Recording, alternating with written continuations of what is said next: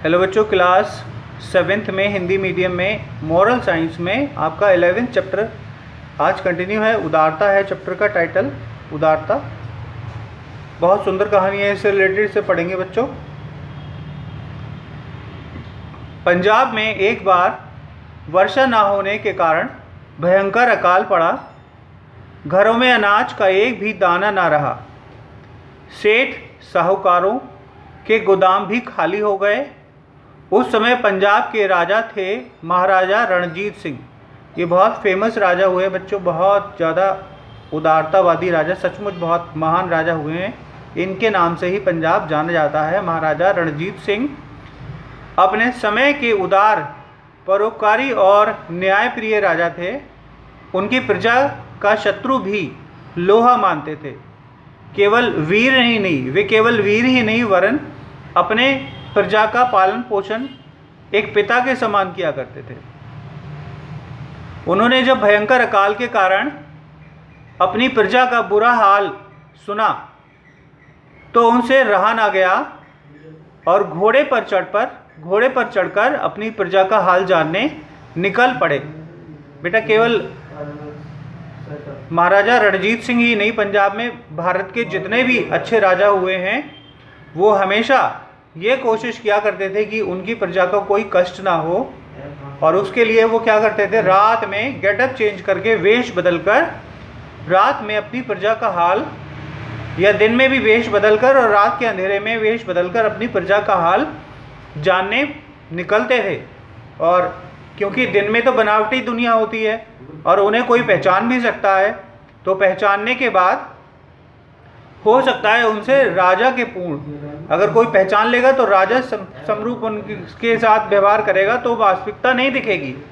परंतु रात में या अंधेरे में जब कोई राजा या कोई हितकारी, प्रजा का हितकारी जब प्रजा का हाल जानने निकलेगा तो उसे तस्वीर बिल्कुल सीधी दिखाई देगी, जैसी वास्तविकता है वैसी ही दिखाई देगी बिल्कुल।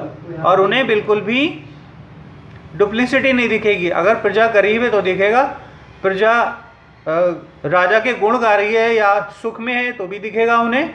और अगर चोर उचक्के हैं या लुटेरे हैं, उनके साथ राजा का संबंध जुड़ता है या उनके साथ राजा उन्हें देखते हैं उनके कृत्यों को करते हुए तो पहचान लेते हैं। बहुत आराम से राजा अपने प्रजा की सारी समस्याओं को सुन सकता है, देख सकता है। और ऐसा महाराजा रणजीत सिंह ने भी किया। तो जब समय होता था तब वो रात को निकलते थे।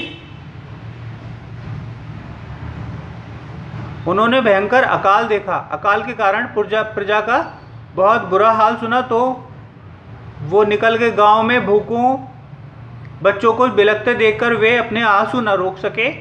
थोड़ी देर में घूमते हुए महाराजा रणजीत सिंह उस जगह पहुंचे जहां आटा बांटा जा रहा था।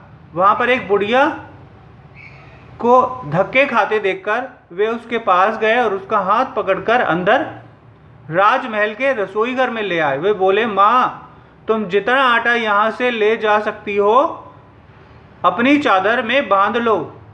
बुढ़िया के परिवार में 4 छोटे बच्चे थे और बूढ़ा और बीमार उसका स्वामी था। उस बुढ़िया को देखकर उस बुढ़िया ने यह सोचकर कि ये एक मास तक फिर ना आना पड़े, अपनी चादर में इतना आटा बांध लिया। उसने उठा भी ना सकी, उसे चल भी नहीं पा रही थी, उसे उठा भी नहीं पा रही थी। तो वह उस बोझ को बार बार उठाने का प्रयास कर रही थी, किंतु गठरी टस से मस नहीं हो रही थी। ये देखकर महाराज ने बुढ़िया की गठरी अपने सिर पर रखी और कहा, माँ, तुम आगे आगे चलो और मैं तुम्हारे पीछे पीछे चलता हूँ। पहले तो बुढ़िया शर्म के मारे वहीं खड़ी रही, परंतु जब महाराजा रणजीत सिंह ने कहा कि यदि तुम्हारा बेटा होता तो क्या वह तुमसे गठरी ना ले लेता। बुढ़िया रोती जाती थी और आगे आगे चलती थी। महाराज को भी लगा कि बुढ़िया लोभी है, किंतु बुढ़िया के घर जाकर सब बातों का पता लगा तो महाराज रणजीत सिंह रोते हुए बुढ़िया के पैरों में गिर पड़े और क्षमा मांगी।